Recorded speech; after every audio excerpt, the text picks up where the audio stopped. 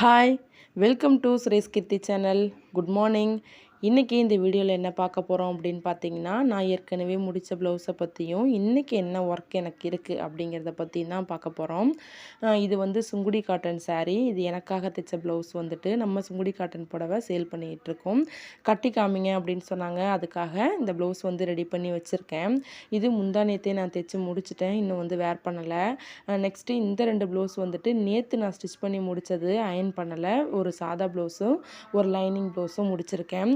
இன்றைக்கி என்ன ஒர்க் அப்படின்னு பார்த்தீங்கன்னா, இந்த 2 ப்ளவுஸ் வந்து 3 ப்ளவுஸ் தைச்சி கொடுக்கணும். காலேஜில் ஃபங்க்ஷன் இருக்குது அப்படிங்கிறதுனால கேட்டிருந்தாங்க.